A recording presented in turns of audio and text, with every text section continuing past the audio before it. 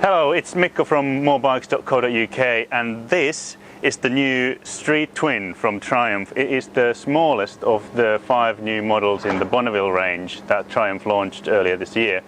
I say it's the smallest, it's still 900cc, so it's not a small bike.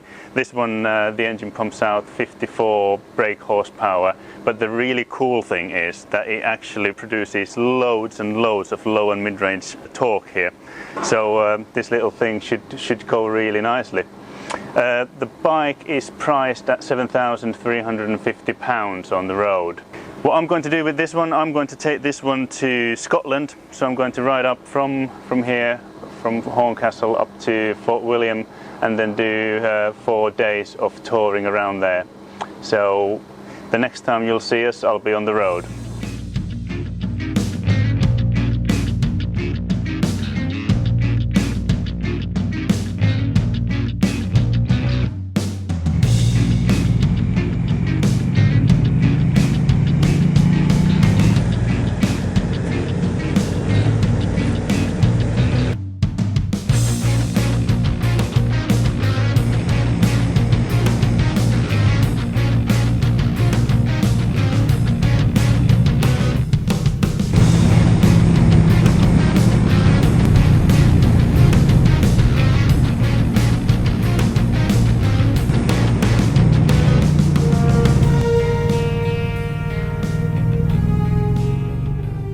Okay, I'm back from Scotland now, about 1,437 miles behind me, and the Street Twin has performed awfully well, much better than I expected. We had a cracking few days in Scotland.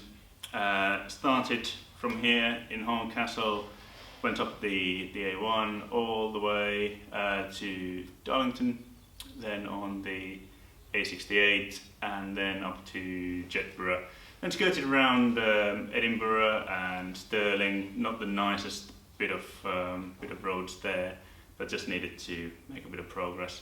And then on over Glencoe towards Fort William, and that was really a long slog for a bike like this.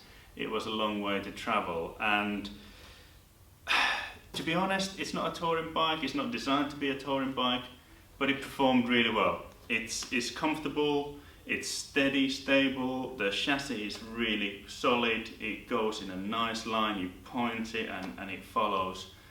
The only problem I had was that because it's such a low bike, your knees are at quite an angle, so after about 250 miles maybe, my knees started aching a bit, so I had to stretch out a bit.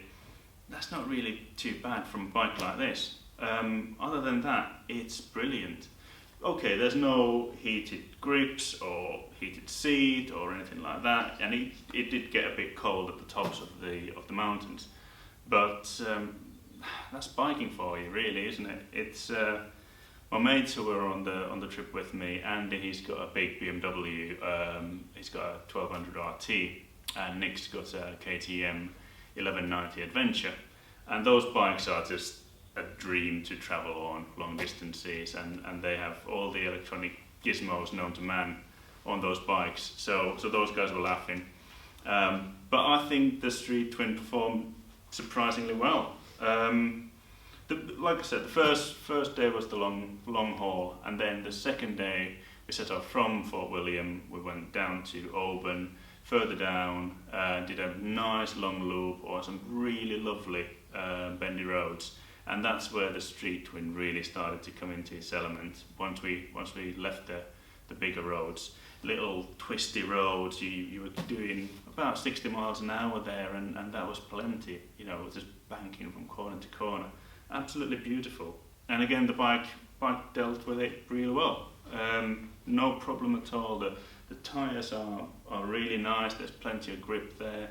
The suspension, although the suspension travel is fairly short, with the bike being so low down, it was all really comfortable, and riding like that when you're moving on the bike a bit more anyway, you're not getting so stuck in one position, and I was really comfortable. I didn't have any problems with the bike at all. Same with the third day. We went over to Skye, where I did the Mallaig Road first, which is absolutely cracking motorcycling road from Fort William to Mallaig. The whole stretch of it is just gorgeous.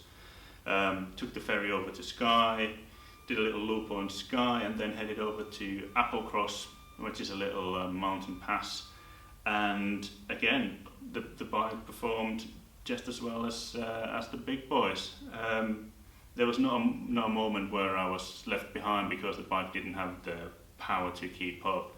It might only have 54 horsepower, but it has lots of torque, and there's lots of low and mid-range power here. So what you get is a bike that will really go. You give it a bit of throttle and it will pick up. And in those kind of circumstances, absolutely perfect. The final day for us, it was again coming down from Scotland. They're never the finest roads.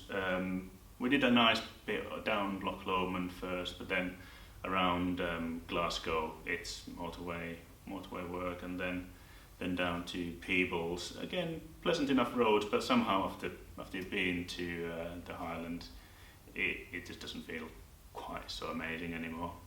And on that stretch down, again, the comfort levels were pushed a bit, whereas the guys on the bigger bikes had a bit more room to stretch out. I was a bit more cramped on this. But having said that, I've done 1,400 miles on it over 4 days, and it really is an incredibly good bike for that sort of thing. It's designed for cities, but it's proven its capability in Scotland on roads that you wouldn't necessarily consider taking a bike like this on.